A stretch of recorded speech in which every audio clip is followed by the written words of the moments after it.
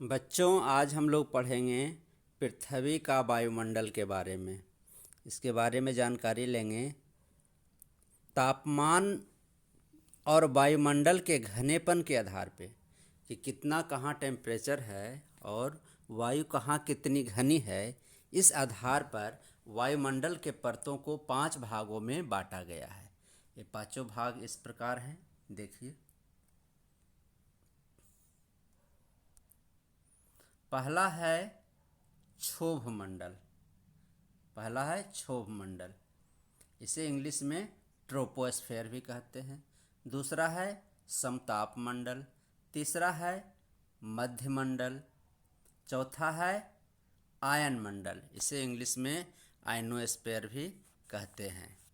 और पांचवा जो मंडल है इसे वायुमंडल ये कहते हैं और इंग्लिश में इसे बहिर्मंडल के नाम, इंग्लिश में इसे एक्सोस्फीयर के नाम से जानते हैं। तो इस प्रकार वायुमंडल की 5 परतें हैं। इसके याद करने के सबसे आसान तरीका क्या है, आप देखेंगे कि इसको कैसे याद करना है। बच्चे भूल जाएंगे कि किसके बाद कौन है। तो इसके लिए सबसे पहले आप देखिए बीच का जो है उसी को निकाल लीजिए। बीच में है मध्य मंडल, बीच में मध्य मंडल है मीजोस्फेयर, और 2 ऊपर 2 नीचे है। नीचे 2 है क्षोभ मंडल और समताप मंडल, ऊपर का 2 है आयन मंडल और वायुमंडल। इस तरह से आप लोग याद कर सकते हैं कि बीच वाले को पहले आप याद कर लीजिए, मध्य मंडल मीजोस्फेयर, और उसको दो नीचे है उसके क्षोभ और समताप, 2 उसके ऊपर आयन और वायुमंडल। इस तरह से आप लोग याद कर सकते हैं। तो ये अपना पृथ्वी है, ये आपको दिख रहा होगा। ये पार्ट ये पृथ्वी है, ये पार्ट पृथ्वी दिख रही है। तो पृथ्वी से जैसे जैसे हम हाइट से जाते जाते हैं, ये पहला हम जाते हैं 12 किलोमीटर लगभग है, कहीं ज़्यादा और कहीं कम है। तो लगभग 12 किलोमीटर की हाइट जैसे हम ऊंचाई चढ़ते हैं तो हमको क्षोभ मंडल मिल जाता है। और इसके बाद हम लोग 12 से 50 किलोमीटर की ऊंचाई पर जाते हैं, ये 50 किलोमीटर की ऊंचाई पर हम लोग जाते हैं तो समताप मंडल मिल जाता है। और 50 से 80 पर जो हम लोग जाते हैं तो हम लोग को 50 से 80 पर जब जाते हैं तो हम लोगों को ये मध्य मंडल मिल जाता है। और 80 से 640 किलोमीटर की ऊंचाई पर जाएंगे 640, तो हम लोग को आयन मंडल मिल जाएगा। और आयन मंडल से ऊपर जो हम लोग जाएंगे तो ये वायुमंडल मिल जाता है।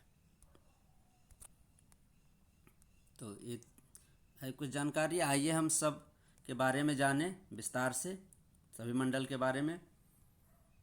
तो ये पहला है ये क्षोभ मंडल। देखिए क्षोभ मंडल की क्या विशेषता है। वायुमंडल का सबसे घना भाग, वायुमंडल का एक मिनट, इस मंडल में क्या होते हैं कि वायु काफ़ी घनी होती है। हम बतलाए थे कि जब नीचे में रहते हैं वायु तो काफ़ी घनी होती है, जैसे जैसे वायु ऊपर चल जाते जाता है वैसे वैसे हल्का होते जाता है ऊपर जा कर के, और हल्की वायु ऊपर रहती है जिसके कारण वो विरल होती है। तो इस मंडल में काफ़ी वायुमंडल काफ़ी घना होता है।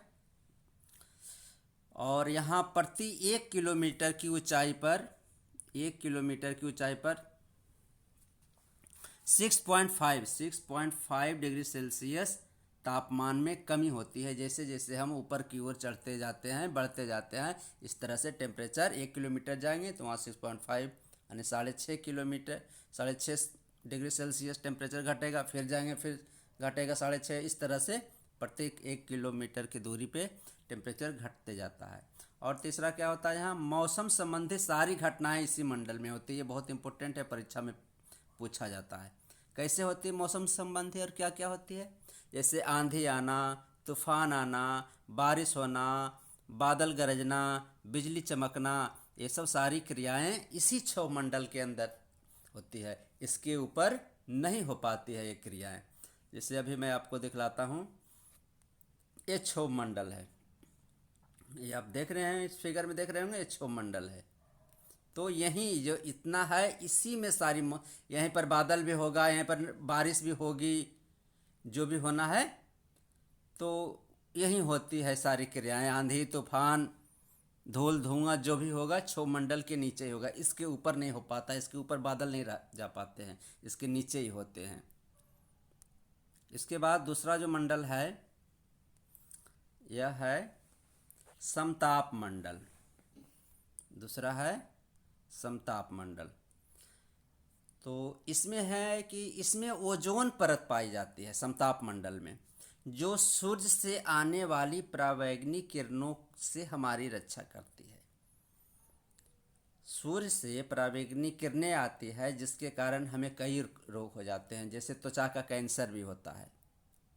तो इस परावैंगनिक किरणों को ये रोक करके रिफ्लेक्ट कर देता है, वापस लौटा देता है और धरातल पर आने नहीं देता है। इस तरह से यह एक कवच का काम करता है हमारे लिए, इसलिए यह बहुत इम्पोर्टेंट मंडल कहा जाता है समताप मंडल।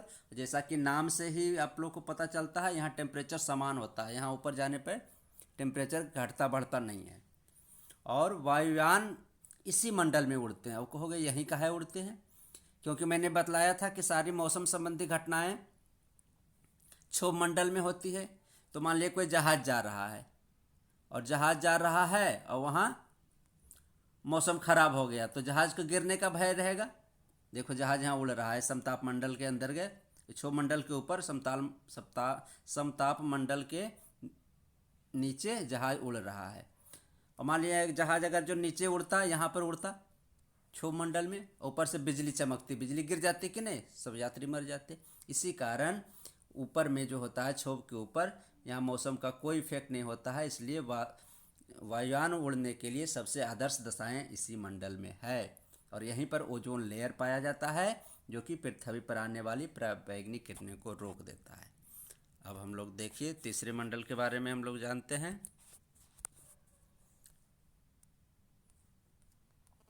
तीसरा है मध्य मंडल। मध्य मंडल उल्कापात, इसे टूटते तारे भी कहते हैं। अगर गर्मी के दिन में आप लोग छत पर सोए होंगे तो देखते होंगे कि रात में तारे लग रहा है कि वो शूटिंग स्टार भी उसे बोलते हैं, टूट करके गिर रहे हैं। तो ये वहीं से गिरते हैं मध्य मंडल से। यह घटना मध्य मंडल में ही घटित होती है। आपको मैं भी फिगर में दिखलाता हूँ। ये फिगर है, देखिए ये है, ये गिर रहा है तो मध्य मंडल में ही ये होता है उल्कापिंड। यहाँ से स्टार था ये और यहाँ से जलते हुए नीचे की ओर पृथ्वी की ओर गिरते आ रहा है नीचे की ओर।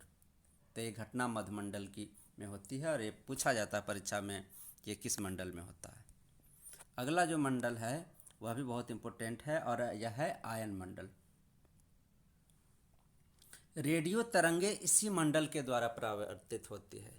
अगर यह मंडल नहीं होता तो हम लोग ना रेडियो सुन पाते ना तो टेलीविज़न देख पाते। क्यों? क्योंकि कहीं मान लिया दिल्ली में या मुंबई कहीं भी रेडियो स्टेशन है तो वहाँ से टेलीकास्ट होता है, प्रसारित किए जाते हैं प्रोग्राम, और ये वायुमंडल में ऊपर जाता है। और ऊपर जब जाता है तो ऊपर आयन मंडल के द्वारा यह रिफ्लेक्ट करके वापस नीचे लौटा दिया जाता है। तभी हमारे यहाँ जो रिसीवर लगा होते हैं या छतरी लगे होते हैं तो उसको कैच करके पकड़ करके सिग्नल को ला करके हमारे टीवी या रेडियो तक पहुँचाते हैं, जिसके कारण कि हम लोग देख पाते हैं। अगर जो ये नहीं रहेगा तो क्या होगा कि सीधा एक कोई रिफ्लेक्ट करने वाला लौटाने वाला नहीं रहेगा, तो सीधा ऊपर की ओर रेडियो तरंगे निकल जाएगी, वायुमंडल से ऊपर चली जाएगी, फिर लौट करके धरातल पे पृथ्वी पर नहीं आएगी, जिसके कारण हम चाहे कितना बड़ा भी छतरी लगाएं या रिसीवर को कैच ही नहीं कर पाएगा। तो ये बहुत इम्पोर्टेंट है कि इसी के कारण हम लोग कोई भी प्रोग्राम देख पाते हैं या रेडियो सुन पाते हैं। अगला है वायुमंडल। वायुमंडल है तो इसमें कृत्रिम उपग्रह इसी मंडल में छोड़े जाते हैं। जो कृत्रिम उपग्रह होते हैं ये हमारे काम आते हैं, जैसे कि पहले बतला देगा कि कल वर्षा होने वाली है तो कैसे पता चलता है। जीपीएस सिस्टम होता है, किसी स्थान को आप जाना है आपको कानपुर में या दिल्ली मुंबई में, वो स्थान का नाम डालेंगे तो स्थान कैसे खुल करके आ जाता है, घर मकान पेड़ सब दिखलाते हैं, रोड गली दिखलाते हैं, ये जीपीएस से दिखाते हैं। तो कैसे कैच होता है, या ऊपर में कृत्रिम उपग्रह सरकार ने छोड़ करके रखी है, साइंटिस्टों ने बना करके रखा है, तो यह सबसे ऊपर टॉप पे वायुमंडल में ही होता है कृत्रिम उपग्रह। और यहाँ हाइड्रोजन तथा हीलियम गैसें पाई जाती है। पहले ही मैंने बतला चुका हूँ मैं कि जो गैस काफ़ी हल्की होती है, हल्की होने के कारण ऊपर उड़ के जाती है, तो हाइड्रोजन और हीलियम काफ़ी हल्का होता है, इसके कारण ऊपर जाता है और सबसे टॉप पे यही रहता है।